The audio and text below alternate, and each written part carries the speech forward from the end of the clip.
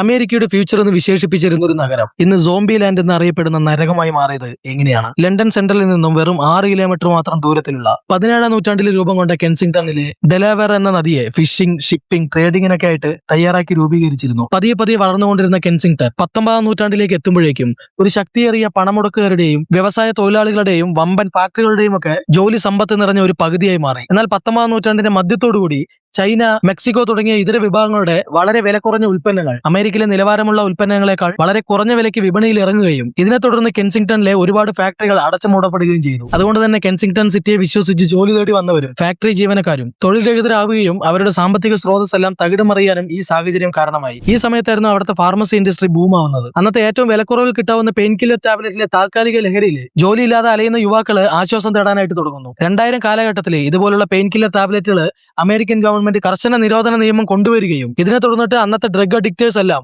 നമുക്കിന്ന് കേട്ടുകേൾവി പോലും ഇല്ലാത്ത മാരകമായിട്ടുള്ള ഓൾട്ടർനേറ്റീവ് ഡ്രഗ്സിലേക്ക് മാറുകയുമാണ് ഉണ്ടായത്. ഇന്നും 2026 അവിടുത്തെ ഡ്രഗ് അഡിക്റ്റേഴ്സ് ഹോംലെസ് ആയിട്ട് ഡ്രഗ് ഇല്ലാതെ ജീവിക്കാൻ പറ്റാത്ത സോംബികളായി മാറിക്കഴിഞ്ഞിരിക്കുന്നു. അവർക്കെല്ലാം അമേരിക്കൻ ഗവൺമെന്റ് മെഡിസിൻ സപ്പോർട്ടും ചാരിറ്റി പ്രവർത്തകരെ അവർക്ക് വേണ്ടിയുള്ള ഭക്ഷണവും ഡ്രസ്സെല്ലാം എത്തിക്കുന്നുണ്ടെങ്കിൽ പോലും ഇവരെല്ലാം ആരാലും നിയന്ത്രിക്കപ്പെടാത്തൊരു അവസ്ഥയിൽ ഒരിക്കലും കരകയറാൻ പറ്റാത്ത നരകത്തിൽപ്പെട്ട നിസ്സഹായരായ മനുഷ്യരായി മാറിക്കഴിഞ്ഞിരിക്കുന്നു. മറ്റെന്ത് ഡിസീസ് ഉള്ള രോഗികളെയും നമ്മൾ മനുഷ്യർക്ക് ഹാൻഡിൽ ചെയ്യാൻ സാധിക്കും. എന്നാൽ ഒരു ഡ്രഗ് അഡിക്റ്റ് ആയിട്ടുള്ള മനുഷ്യനെ അമേരിക്കൻ ഗവൺമെന്റിന് പോലും നിയന്ത്രിക്കാൻ പറ്റാത്ത ഒരു ഭീകരമായിട്ടുള്ള ഈ ഒരു അവസ്ഥയുടെ ഗൗരവം ഈ വീഡിയോ കാണുന്ന എല്ലാവരും മനസ്സിലാക്കുമെന്ന് പ്രതീക്ഷിക്കുന്നു. ഈ വീഡിയോ മാക്സിമം കുട്ടികളിലും നിങ്ങളുടെ ഫ്രണ്ട്സിലേക്കൊക്കെ എത്തിക്കുക. എന്നിട്ട് അവരോട് പറയണം, please say no to drugs.